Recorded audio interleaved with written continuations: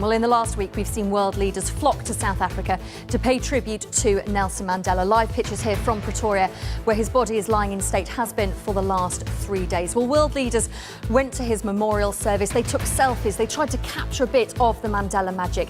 But we've also seen President Zuma booed and heckled by South Africans at that service. And then, of course, there was a fake sign language fiasco.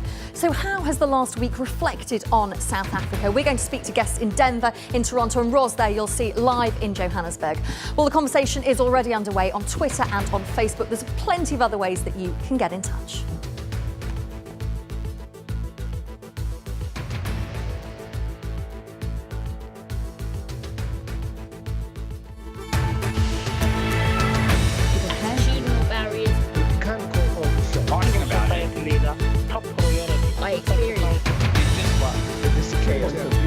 People are going to want to know. Let's just say something.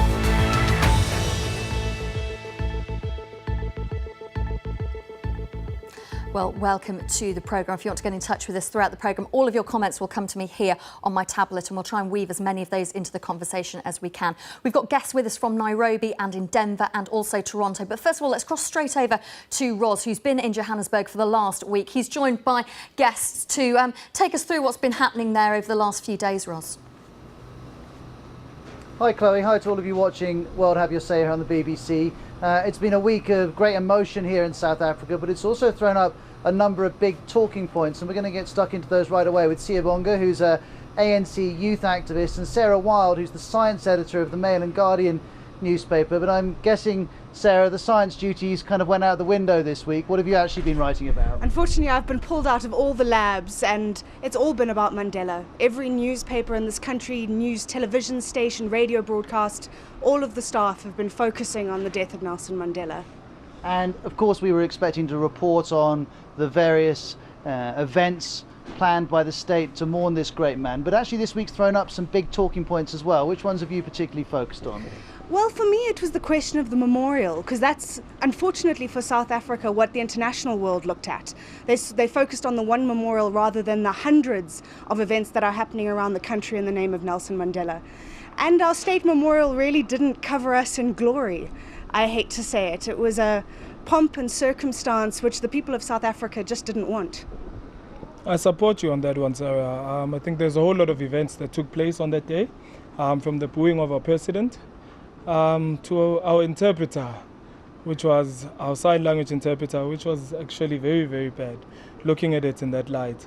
But I think at the end of the day, for us South Africans, it was a matter of us paying due respect to the great icon that this man was. What was wrong with booing the president? I mean, after all, one of the greatest achievements of Nelson Mandela was to deliver a democracy to South Africans so they can do what they want. For us, for me personally, I felt as if that day should have been dedicated to Nelson Mandela and who he was as a person, irrespective of whatever issues that we might be facing as a country at this present moment. Looking at one of his speeches that he said, where even Mr. Tilley was interviewed in that speech, whereby he wanted to address, I think it was after 1994, after his release from prison in 1990, whereby there was a question raised as by Nelson Mandela, I've been struggling to meet with you. This was Mr. Tilley addressing Nelson Mandela at this point in time. And one of his key points in that statement, his response was, let us not air our dirty linen in public, especially in a foreign country. Because at that point in time, that interview was taking place in the United States of America. Although I have heard some people say, look, if this is all the dirty linen we've got to show, this is progress, because we had far dirtier linen a few years ago. I don't think you get dirtier linen than apartheid, that kind of categorically. But I think it's unfortunate that it became about ANC politics in a country where that is often the national focus of what's happening inside the ANC. What does this mean? Because for people who aren't inside the ANC, we have to read the tea leaves from the signs outside.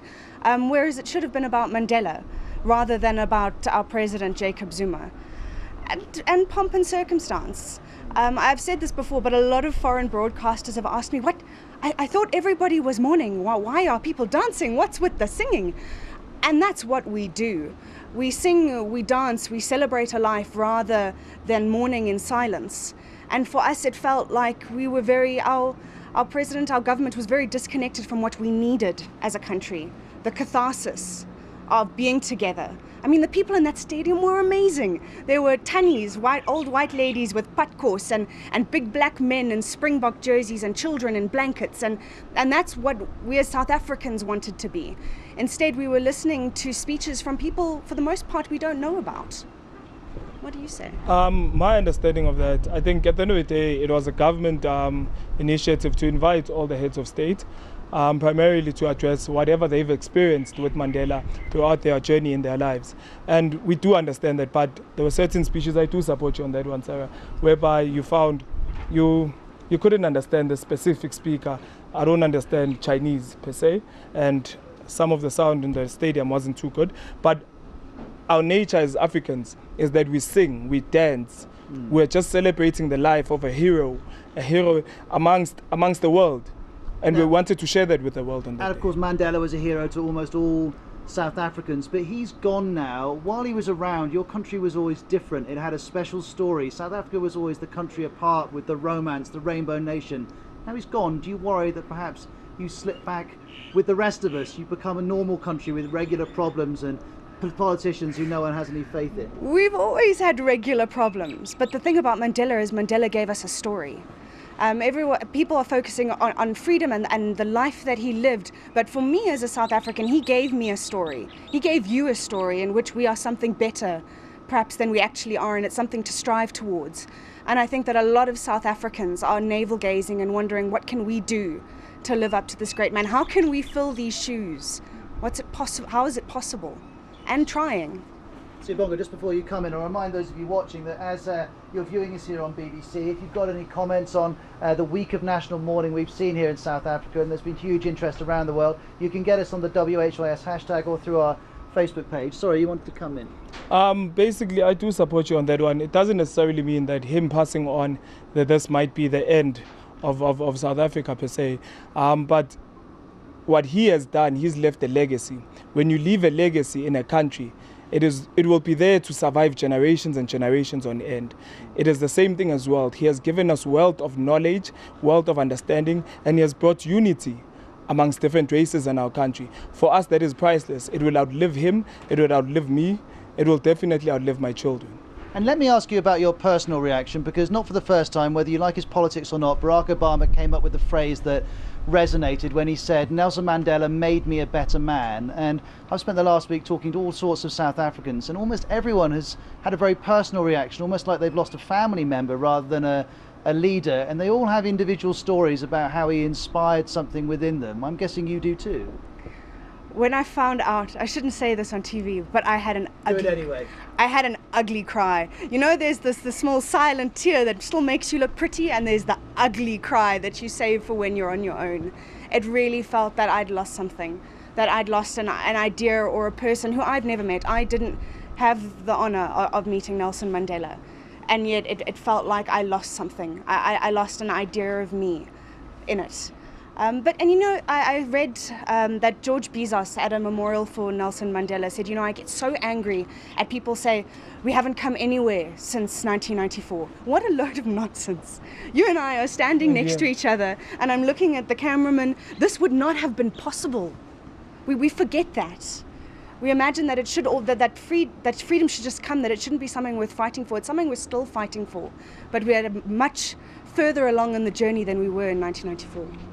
When I first found out that he had passed on, it was a very shocking moment for me. I actually sat down and I reflected as to what is there for us going forward, because he has been the symbol of hope for a very long time for us. But it made me again reflect, go back and say, you know what, this man has lived his life, and it is upon us to take it forward as a nation, as South Africans, and to move forward and fight with it going forward, irrespective of what issues that we face in currently. But Nelson Mandela had a message of compromise, and he had a message of patience as well. He said to black South Africans, this isn't going to be fixed overnight. But we're now 20 years on almost from the beginning of democracy, and you're right, Gugo, our cameraman, is black, and he wouldn't have been able to do this job perhaps. And of course, yeah, I think everyone can see that. I was just explaining the man behind the camera.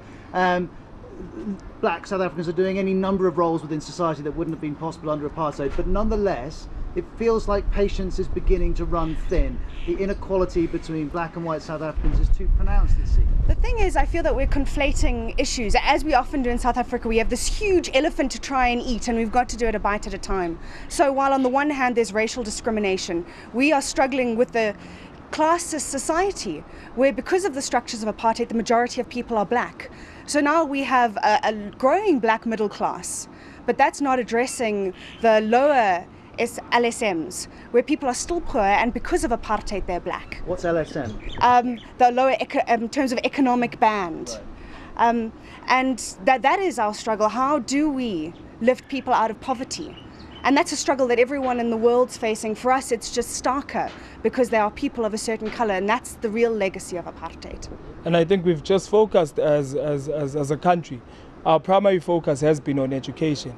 As the great man has said himself, that the only way we'd be able to lift our people out of poverty and out of discrimination and out of a whole lot of issues would be through education, which us as a country, I believe it as if we have been successful for the mere fact that we've got areas which didn't exist 10 years back, although we are facing certain challenges as a country in terms of electricity and so, but when you look at the positives of those, there wasn't a city plan for Midrand per se. So those are some of the nitty-gritties that you've got to look into. There's not going to be anyone watching us here on the BBC who would say education's not important. No one would argue that. But when I was watching a report by the BBC's Nelson Mandela, which broadcast yesterday down in Deep Sloop, an area where people are living in slums with no water, no electricity, no sanitation. This is madness, isn't it, when just up the road here in the northern suburbs, people who were rich during apartheid are still rich? I can't help but agree. In fact, I must disagree on the grand strides made in education. Where you go into schools in places in the Eastern Cape, your Mvaba region, where there are still long drops, where girls don't go to school at times because they're so scared of having to use toilets, where there aren't textbooks. And this has been highlighted as a problem that keeps recurring in South Africa. These problems were here before, these problems are going to be here next week.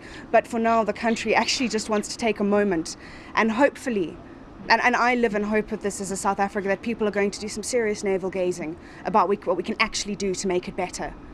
I think basically we have experienced quite a number of challenges in terms of education, especially in our rural areas. And as the government has tried to do, it has tried to prioritize those areas and try and improve the level of education within those areas. So at the end of the day, it is a matter of let us look at, sometimes we've got to again give confidence and clap hands where it's due and say, you know what, right now you've got a whole lot, an influx of students within the tertiary level who have come from most of those schools. And we've got to go back again. I'm not saying that the work is done. We've still got a whole lot of work to do. But we need to again reflect back and say, you know what, at the end of the day, we've made certain strides whereby you were looking at over 100, almost 1 million schools, which were accommodating black people, and there was no form of there wasn't that basic understanding of education, of what education is. We were looking at Bantu education. And nowadays we've improved the level and the quality of education within our country. And I'm looking at doctors at the age of 22 nowadays. Okay, well I can see Sarah wanting to react. We're going to take a break here on BBC World News. You two can carry on talking during the break. Chloe and all of you watching World Have You Say, lots of issues being raised by Sarah and Siyabonga. We'll talk with them and with other guests joining us from around the world live here on BBC World News. You can see the rain from Tuesday's gone away. It's a balmy afternoon, and we'll keep the conversation going in a couple of moments. No, I absolutely talking about it. Let me say something. Welcome back to World Have Your Say. We'll be going back to Johannesburg to speak with Roz and his guests very soon. We've also got 3 people very keen to join our conversation. But first of all, I want to pull up a video which was sent to us. You may remember, if you were watching World Have Your Say last week, that Carla in Cape Town spoke to us from her office. She got very emotional talking about the passing of Nelson Mandela. And we asked her again to, a week on, give us her thoughts on what the week has shown about South Africa. Let's have a look. I think the majority of South Africans still feel a little bit deserted after the passing of our nation's father. I don't want to say South Africa is the same, because it really isn't. Madiba made such a big impact on not us as a country, but us as individuals as well. I think we decided also to celebrate his death rather than mourn. There's no time for that in life. We do get incredibly upset with all the negative press that's going around, as if your country never made a mistake. I strongly feel that people should not judge, especially when they haven't seen this country or been here or know what's going on here. We feel cheated when press highlight the bad things that Madiba did. He was not a saint, that's for sure, but neither are any of us. So let him and our country be. We've all been through enough. This country will never be perfect, but that's what makes us part of the most beautiful destinations in the world. Weirdly enough, it almost feels like Madiba brought us all together after his passing, and we know that he'll look over us, doesn't matter where he is. All in all, we don't fear the future, as it's the future that Madiba fought for, and we will respect his wishes. And that was Carla who sent us that video, who lives in Cape Town. Let me introduce you to three guests who are keen to join the conversation. Sean Cumberledge is a South African living in Denver. Robert Osoro is a student at the University of Nairobi. And Joshua Freeman is a South African living in Toronto. I welcome all of you to World Have Your Say. We'll start with you, Sean. I wonder what your thoughts are from Denver on what's happened in South Africa for the last week and how it reflects on your country.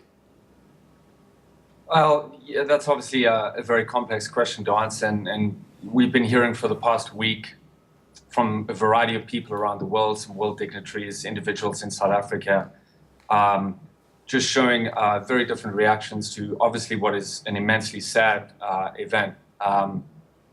You feel somewhat disconnected being across the ocean here in Denver, and obviously it's a time where I would more so than ever want to be home. But looking at it from the outside, I believe that notwithstanding some of the issues that have come up with, the sign language interpreter and some of the other issues that occurred at Nelson Mandela's memorial, I believe that overall South Africa has been displayed in an immensely positive light. News media is carrying clips of people in South Africa celebrating, of world leaders echoing the thoughts that we all have, which is, what are we as South Africans now going to do to continue Nelson Mandela's legacy? Joshua, what's your perspective from Toronto? We heard Carla saying that she's unhappy with the way that media's picked up on some of the negative aspects of the week. What's your thoughts? Well, just off the bat, as my accent gives away, I've actually lived outside the country most of my life. But just looking in this week, I think certainly there's, one has a sense that there were some organizational gaffes, perhaps with the memorial service and the sign interpreter. But the main sentiment that my family is speaking when I speak to them this week is just generosity.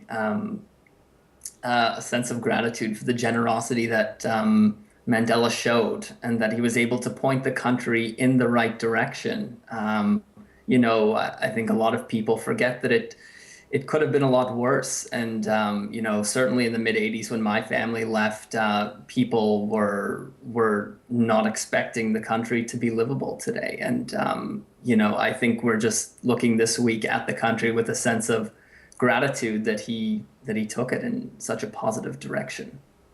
And Robert, from Nairobi, looking in at what's happened in South Africa, what's been your take on it? The take in Nairobi and myself is actually great. If you realize that Kenya was celebrating their 50 years of independence, but they never forgot Mandela. Actually, the team, Harambee Stars, they played their Sekafa Senior Challenge Cup and they won the tournament. Instead of dedicating to the 50 years of independence, they dedicated to Nelson Mandela. Rest in peace, Madiba. It was actually great, and even if the mood is celebratory here, they remember that Mandela is still there and his spirit is still with the Kenyan people.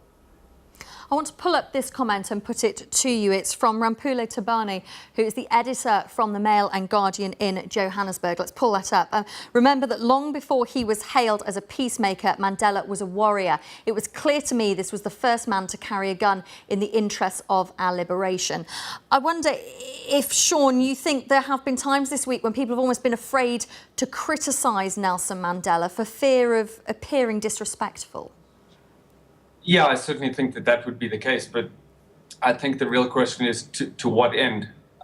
would somebody want to criticize Nelson Mandela. I think that regardless of what you think about the methods that he used during the struggle, I think we can all agree that he served 27 years in prison, and when he came out, the effect that he had on South Africa is enormous, and there's no denying it, despite what some people may point to in his past. And you talk about the effect. I've read lots online in recent days and heard people talking, Sarah was saying just before to Ros in Johannesburg, about this sense of pressure some people feel, some South Africans feel, to emulate something that Madiba did, to almost not let him down and continue that journey. But it's an immense pressure and something that terrifies some South Africans. Yeah, I mean, I suppose that's one way to look at it. I don't see it as being a pressure. I see it as being the basis of human dignity. Nelson Mandela stood for the idea that you should feel empathy towards your fellow countrymen, that you should serve them, that you should hold the greater good above the interests of yourself. And I think where one of the critical aspects of this pressure that people feel in South Africa is that they need to continue to put that pressure on the leadership in South Africa. There's been this growing concern that there's a culture of entitlement that's now growing in the leadership. And really, it's up to every South African to hold their government accountable to the very notion that you were talking about earlier, that we need to uphold this legacy that Nelson Mandela stood for. Those values of service, compassion, empathy, and understanding. Joshua? I think I agree with what was with much of what was just said. I think the greatest thing that Mandela probably left South Africa was his example. I think there are many countries that would probably like to be able to claim, just one leader like him, and his legacy certainly is a lot to live up to. But I think that it gives people an example to strive toward. And you talk about that example to strive towards. Robert, I guess as someone outside South Africa, in Kenya, I guess people cry out for a leader like Nelson Mandela to lead a nation. Very, very much. You realize that here the problem that we have as a country, there's a lot of corruption, leaders who don't want to get off power. And you look at what Mandela did is what the Kenyan people expect. Someone who came in for just one term in office and did the best of what he could do, and people followed it up. So that's the kind of leader that the people want, who doesn't have any problem with anyone, but working for the benefit of all the people, for a free country, not oppressing anyone, but a unified country, a democratic country. That's the kind of leader we want, and Mandela was one such a leader. Robert, thank you. Do stay with us. Also, Sean and Joshua, stay with us here on World Have You Say. We'll be heading back to Johannesburg and bringing you many more comments which are coming into us here at World Have You Say. Let me say something.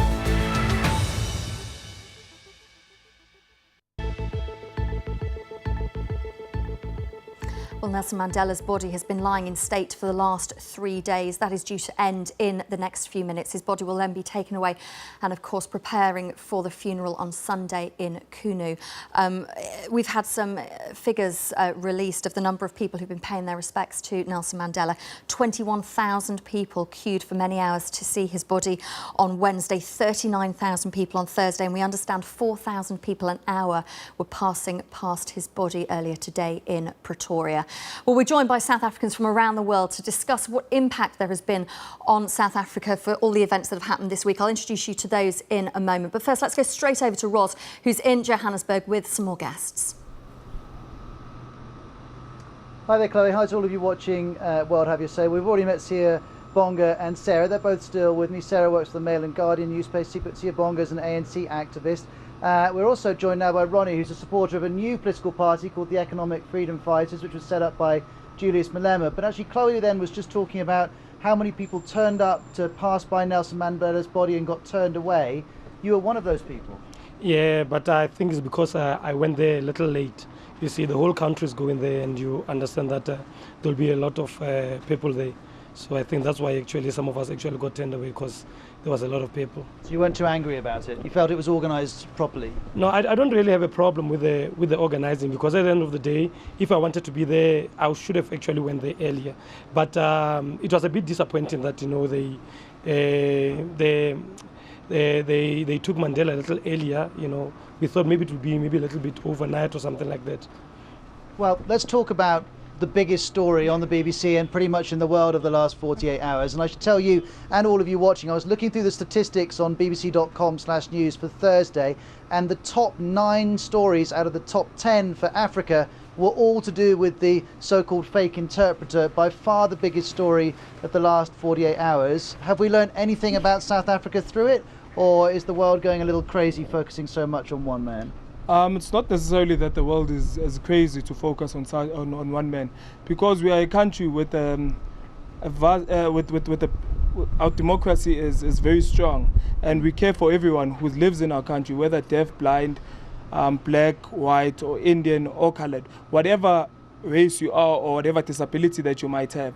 For the mere fact that there were certain people who were not able to understand and actually be there with us at that point in time throughout the whole memorial service. For me, it is totally saddening, because those people who were there for a reason at that stadium, they wanted to bid farewell to Nelson Mandela, and he was their point of contact on that day. And for such to happen, so it was a mistake. I don't think anyone disputes that, perhaps with the exception of the gentleman himself. But do you think that we've learned something broader about South Africa? Well, I don't think we've learned something broader about South Africa so much as that there are people in this world who really believe that they can do things that they can't. As well as I can't think of an incident that's put the plight of the deaf community into the spotlight around the world like this. You've got groups in Britain, I mean home country, in South Africa, in Australia, finally raising the plight of deaf people, where their concerns have to a large extent been ignored for a while. And actually I think a lot of people, first when we saw him on stage, had the reaction, wow, South Africa's put a sign language interpreter right next to the president's. What a fantastic achievement. You don't see that in events in lots of other countries. But Ronnie, it turned out to be not quite such a positive move by the South African government. Yeah, well, I think maybe they should just look into the logistic part of it. But in the meantime, I think we should just concentrate on Madiba for now, and then maybe we can look into this one afterwards. Well, the government says it's looking into it. I guess it'll come back and say what happened in a minute. For the moment, though, it remains an incredibly popular story. There's been a debate actually here in the BBC Johannesburg Bureau, Chloe, about whether we should use the word overshadow to describe what this controversy about the interpreter has done to the lying in state of Mandela. I think the conclusion we drew is it hasn't been overshadowed, but it has become a major distraction. That's right, Roslyn. There's been lots of focus on that, very much so throughout the international media. Let's cross over now to Peter Barles, who's a journalist who joins us in Pretoria.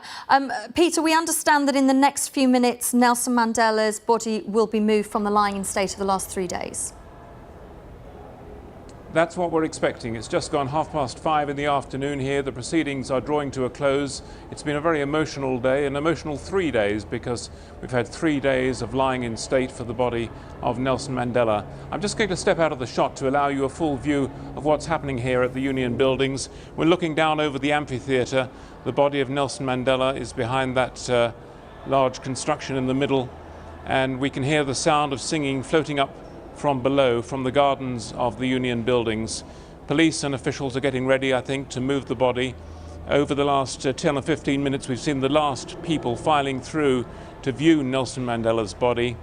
And clearly, many thousands of people were disappointed today, unable to get into the Union Buildings to pay their last respects. But the authorities were simply overwhelmed by the number of people who turned up at the various assembly points around the city today. They say that 60,000 people viewed Mr. Mandela's body on Wednesday and Thursday, and that at one stage today they were coming through at the rate of about 4,000 an hour. So it's been quite a week for the authorities here to deal with that. We've now got helicopters flying low over the city, and I think in the next few minutes we can expect to see the arrivals of the vehicles that will take the convoy down to one military hospital. And what is going to happen overnight is that Nelson Mandela's body will remain at one military hospital, and then very early tomorrow morning it'll be taken to Waterkloof Air Base in Pretoria for preparation for the flight to Umtata in the Eastern Cape and the funeral on Sunday. But before leaving Pretoria, there will be one more ceremony, and that is the National Defence Force handing over the body to the African National Congress and giving the ANC a final chance to say goodbye to Nelson Mandela. Peter Biles joining us live from Pretoria there. Thank you for joining us. Well, I want to introduce you to a number of guests who are going to speak with us for the next few minutes. Maggie Chapman runs an African Abroad blog. She's South African, raised in Zimbabwe. We're also joined by Robert Osori, still with us, a student in Nairobi, and Naftali Mandela and Cherry, who is manager and CEO of Mend the Gap charity. Thank you all for taking the time out to be with us here on World Have Your Say. First of all, I just want to pull up this video, which was recorded with David in Pretoria, and I'll get your reaction to it.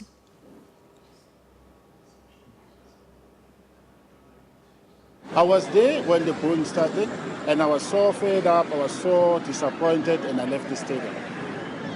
But in spite of all that, I think the world has shown us that they still love South Africa, even when we are in pain, and they share with us. And that alone shows that we are moving in the right direction as a country. Yes, we have our own problems, but that can be solved as well. Nothing is impossible. That was David in Pretoria who recorded that video and sent it in to us. You can do the same if you head to worldhaveyoursay.com. You can upload your videos there and we'll play as many of them out as we can here on the programme. I wonder, Maggie, if you'll give me your reaction to that, hearing there that he was very unhappy that there was booing of President Zuma. Some people arguing actually that's democracy in action. That's indeed what Nelson Mandela fought for. Well, yes, in many ways I think that's right. But certainly when we were watching the proceedings and heard the booing, to me it wasn't actually clear whether it was only about Zuma. I think there's a bigger question around how Zuma has handled South Africa and actually the situation that he was left to handle by Mbeki. And yes, there have been problems with Zuma's governance. Of course there have, but clearly what this week has been about is remembering that transformation that happened and has been happening since the 90s, and also a reminder that there's an awful lot still to do for South Africa. Naftali, would you agree? Still much to do? I think there's quite a lot to do. First and foremost, I think the booing was not so much directed at Jacob Zuma, because I think the people are viewing or giving their frustrations as to the loss that we've all gone through, and viewing the challenges that he has still to go through, which are issues that I think he has got to address. Do you think the South African authorities got it wrong? We heard earlier from Sarah that so many people were dancing, celebrating the life of Nelson Mandela up and down the country, and maybe the memorial service didn't really tap into that feeling. It was more about world leaders, the world stage, and how South Africa was going to be shown around the world. I think it's customary to celebrate the passing of a great person, and you do that in several ways, including dancing, of course, and singing to celebrate that life. But you can also, in your own quiet way, be somber and mourn the loss of such a great leader. Those are the emotions that we were seeing on play. Maggie, I saw you nodding. Yes, I mean, I think most of the coverage that I've seen actually has been that joyful celebration, have been people singing and dancing and celebrating the great achievements of Mandela and of South Africa since the early 1990s. I think you know there's several things that we can say about Wednesday, and you know, I know family in South Africa who would have liked to have gone to the service but could not because it wasn't a holiday, and you know that's something that maybe the authorities could have considered making Wednesday a public holiday, so more people had the opportunity to go and take part in the celebrations and the memorial. Robert, your perspective from Nairobi, how was the memorial service viewed in Kenya when you look at the sign language interpreter fiasco, when you're looking at the booing of Jacob Zuma? How was it reported and how was it received in Kenya? Actually, many Kenyans were wondering about the interpreter because here we saw interpreters working for us very well. But many people are asking questions. If he was the interpreter in the 2012 ANC 100 celebration year celebrations, this gentler guy was the same person who was the interpreter at that time. So this time round, how come he made these mistakes? And the South African Deaf Association never complained that time round, but this time they are complaining. So that's where people are worried about, but not a bit much. And then again, the security of the presidents there. People are complaining that if that person can be around Barack Obama, David Cameron, and is not vetted or what's happening. So that's what people are complaining and actually thinking and speculating more about. Let's bring in Peter Brooks now, who joins us. He's a political cartoonist for the Times newspaper here in London. Thank you for joining us, Peter. And many people will have this week seen your cartoon. It's been shared widely online, the cartoon that you drew for Nelson Mandela. I think we can probably pull it up right now. There we go. Of Nelson Mandela, arms aloft, walking through the gates of to heaven. Explain a little bit of your thinking behind him and what it was like to draw cartoons of Nelson Mandela. Well, the thinking behind it was that obviously the reference is to him being released from prison in 1990, hence the word release at the bottom. And the idea being that he's struggled so long against death and finally, after such a lengthy illness, he was, if you like, released, and that's the point of the cartoon. I have to say, over the years, because I tend to concentrate on domestic politics, really, global as well, but he hadn't been president for a long time, so I didn't draw him very often in the last 10 years or so. And it was interesting, I was reading online earlier and seeing an interview with one of the major political cartoonists from South Africa and saying that Nelson Mandela actually had a real appreciation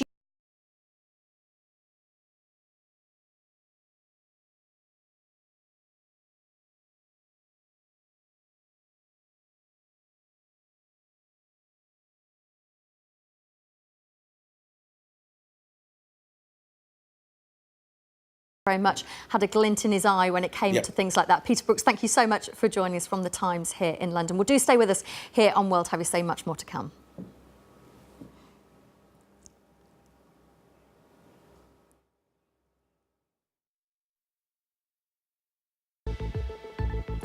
Welcome back to World Have Your Say, where we're discussing the week